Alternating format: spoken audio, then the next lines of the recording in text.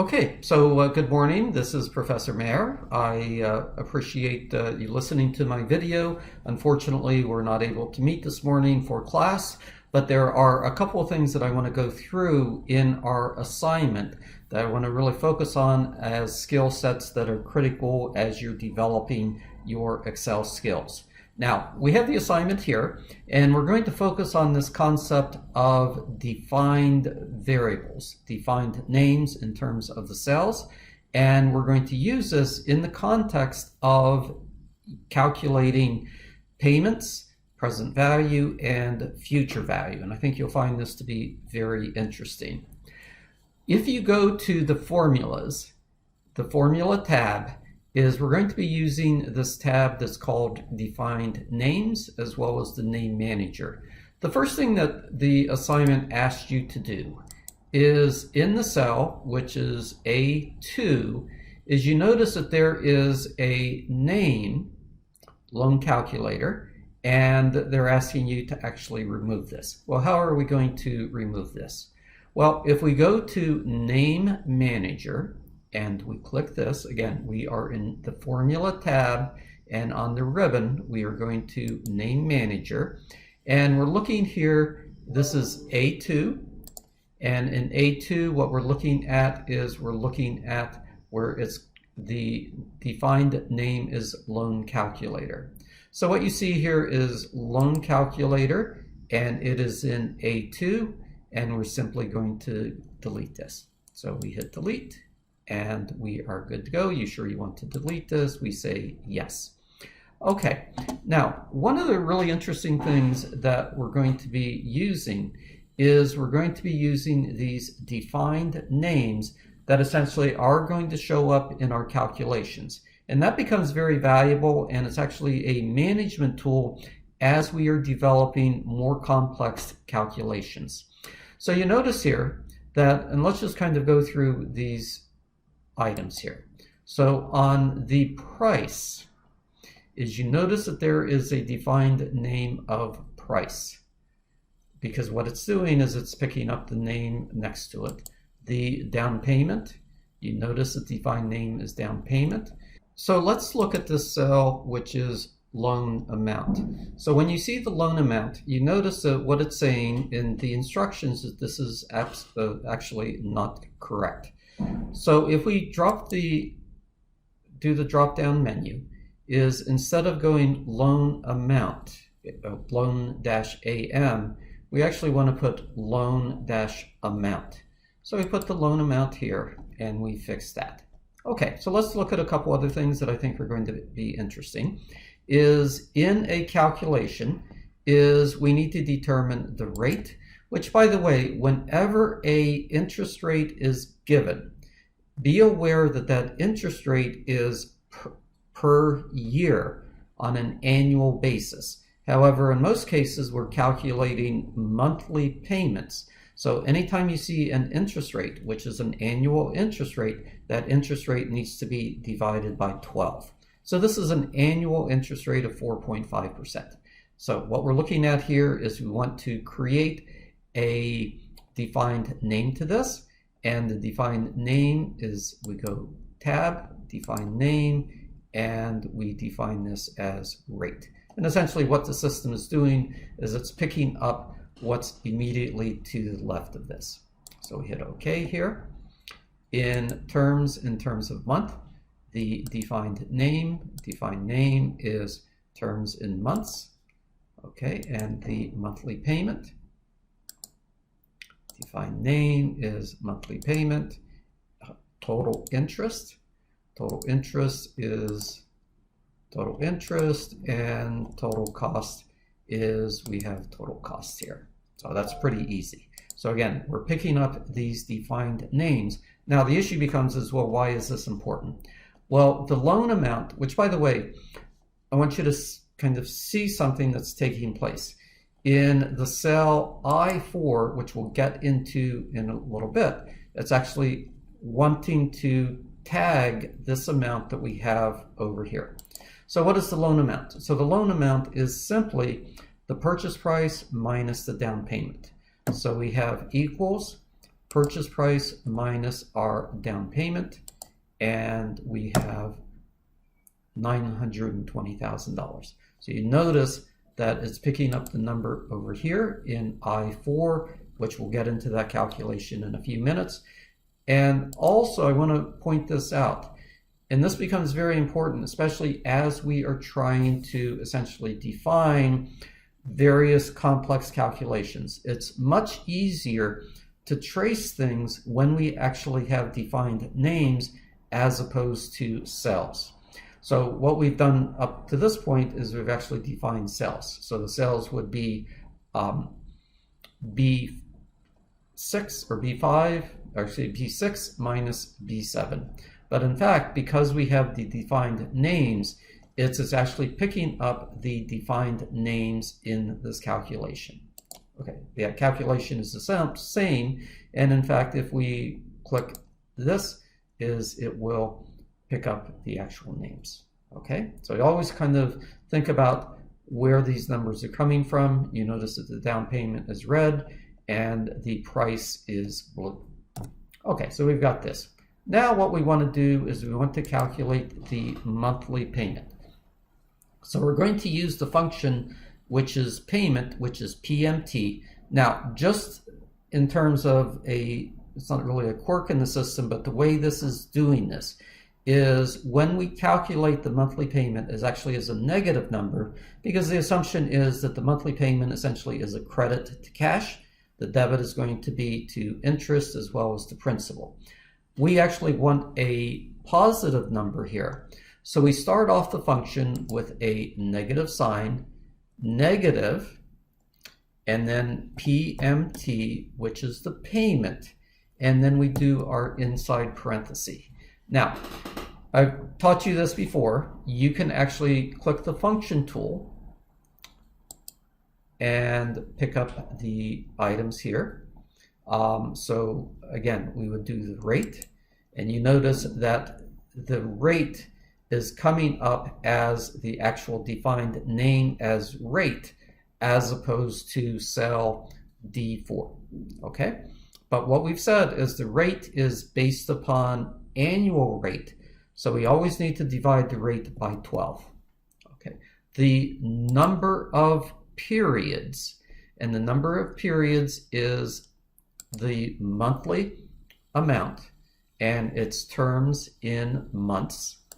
The present value is going to be the loan amount. So you notice that in each of these items that we are picking up the defined name as opposed to the cell.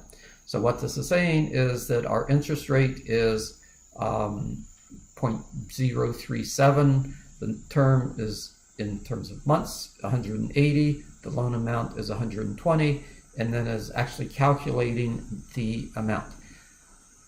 And we hit OK. Now, let me just point out a couple of things here.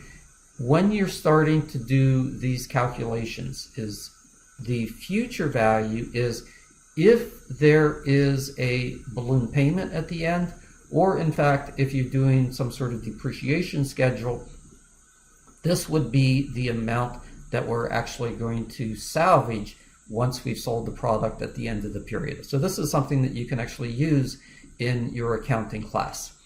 The type, the default is 0, where the payments are made at the end of the month. Type 1 is where the payments are made at the beginning. An example of a type 1 would be a lease. So as an example, if you lease a car, your payments are made at the beginning of every month. In this case, we're just leaving these blank and we're hitting OK, and we're coming up with an amount. So again, what you notice is the amount is $7,014, and it is negative. And the reason it's negative is because we want a positive number to default here. And the idea being is that if we don't put the negative sign, we actually get a negative payment, which becomes critical because, again, from an accounting perspective, that negative implies that we're actually crediting cash for the payment. So just kind of keep that in mind. Okay, so what is our total interest? Well, our total payments are going to be we have the total payments of $7,014.45. We multiply this by the number of months, which is 180. So that is how much we're paying. And then we subtract our loan amount. And that's $342,601 and a few cents. Okay. Total cost is essentially our total interest plus our principal. Okay. So let's make sure that we've actually done this correctly. We highlight this, we click the cell here, and what it's picking up is 180, which is the red. The blue is the term in terms of payments, the monthly payments, and then the purple is the loan amount. So we have that. So we have these numbers here. Okay, so the great thing about this, and you can create a calculator for yourself if you're thinking of buying a car or buying a house. It's very important that you understand what the payments are going to be. So you can create a variable table where we're actually looking at various rates and various terms, which is exactly what we're trying to do here. So what we want to do is we want to create a table where we're looking at 120 months, 180 months, 240 months, and looking at specific interest rates, starting off at 3.95%, going all the way up to 5.15%. So how are we going to do that? Well, we can do each one individually, but the reality is what we want to be able to do is we want to be able to use the function related to creating an absolute reference for these items. Okay, so let's just kind of walk through this. So again, we're using the payment. So we start off with negative because we want a positive number for our payment. And we have PMT, and then we have the parentheses. Now, once you get used to this, you're not going to hit the function bar. You're actually just going to use the formula here. So what is the rate? Well, the rate is here, and then we have to divide this by 12. And the number of periods is 120. Whoops, I need to put a comma here. So you notice I made a mistake there. But now what you see is the number of periods comes. We click this. And then the present value is 920, which is the loan amount. Now, we close this in parentheses. We could theoretically add these other amounts, which is there is 0 for the future payment, future value, and 0 meaning that the payments are made at the end of the period, but we can just ignore that. And what we have here is we have $9,292.71. Okay, now if we scrolled this, let's just actually see what took place. Okay, so it's picking up to 3.95, it's picking up to 120, and it's picking up the loan amount. Okay, so if we scroll this down, something really bizarre is going to take place. And we pick up one of these and we see that a couple of things is that it's still picking up to 4.9, which is what we want to do. Unfortunately, it's not picking up the number of months and the loan amount. Because it's a loan amount, we don't actually have to be concerned with this being an absolute reference. So let's get out of this and let's see what we want to do. So Control Z to get out of this. Okay, so what we want to do is we want to create an absolute reference. And the first is the absolute reference for the rate. So the absolute reference for the rate is what we want to be able to do is we want to be able to secure the rate going back and forth horizontally, but not vertically. So what we did is we put the $ for next to the A. Now, the number of months, we want to put the absolute reference essentially so that it's secure when it goes vertically, but not to the right, because we want to pick up 180 days and 240. So on the number of periods, we put the absolute reference next to the 12. And the loan amount is secured because we don't have to worry about that because it is defined. Let's see what actually takes place as we bring it down. And it seems like this is actually working in the sense that if we look at the amount here, it's picking up 5.15%. It's still at 120 months, and then the loan amount is 920. Okay, let's now string it over to the right. And essentially this is what we're looking at here, is just pick up randomly any of these items. So it's picking up 4.25, 180 days, and $920,000. Okay, now our payment was 4.45 at 7,414, and you see that we actually calculated this correctly down here. Okay, so that's pretty easy to do. Now, let's do one other thing, is that what it's asking you to, we want to, in the cell here, is to do our calculation of our payment. So we're going to recalculate the payment, PMT, and we have the rate, which is 4.45 divided by 12. We have the number of periods, which is 180.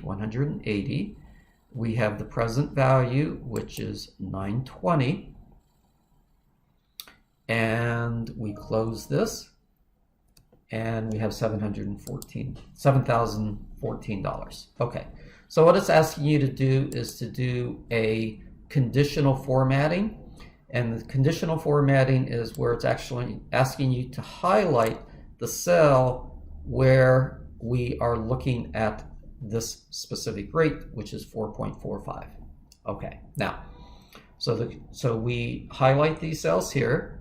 We go to the conditional formatting, highlight cells, and it is going to be equal to, and the equal to amount is going to be, not, we don't want to do 4.45, but we want to do it equal to the cell, which is D4.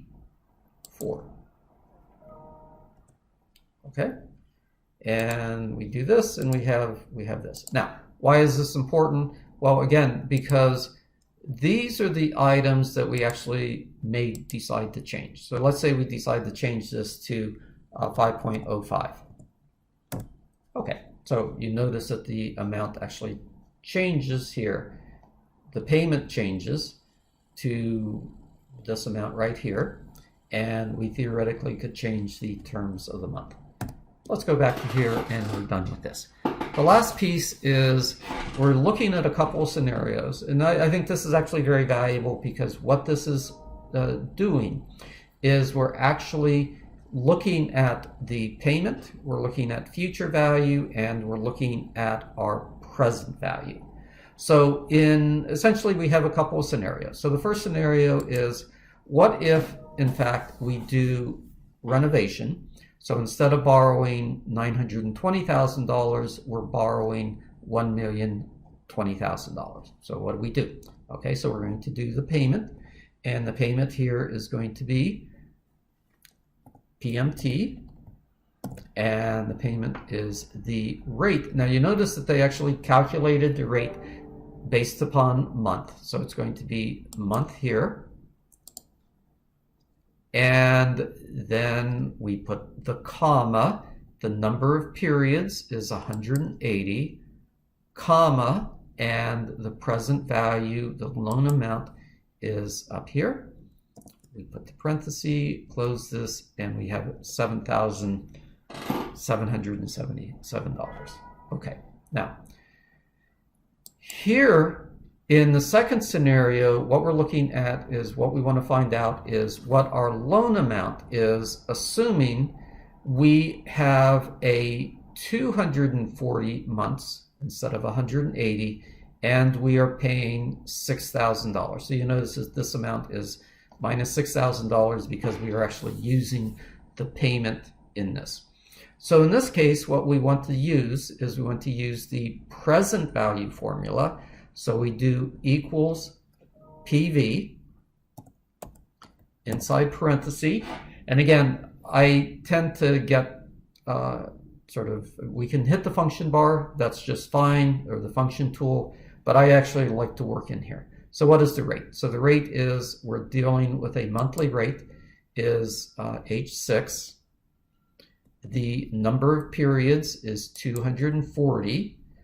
Now the payment is minus $6,000 because that's how we're going to do the payment structure.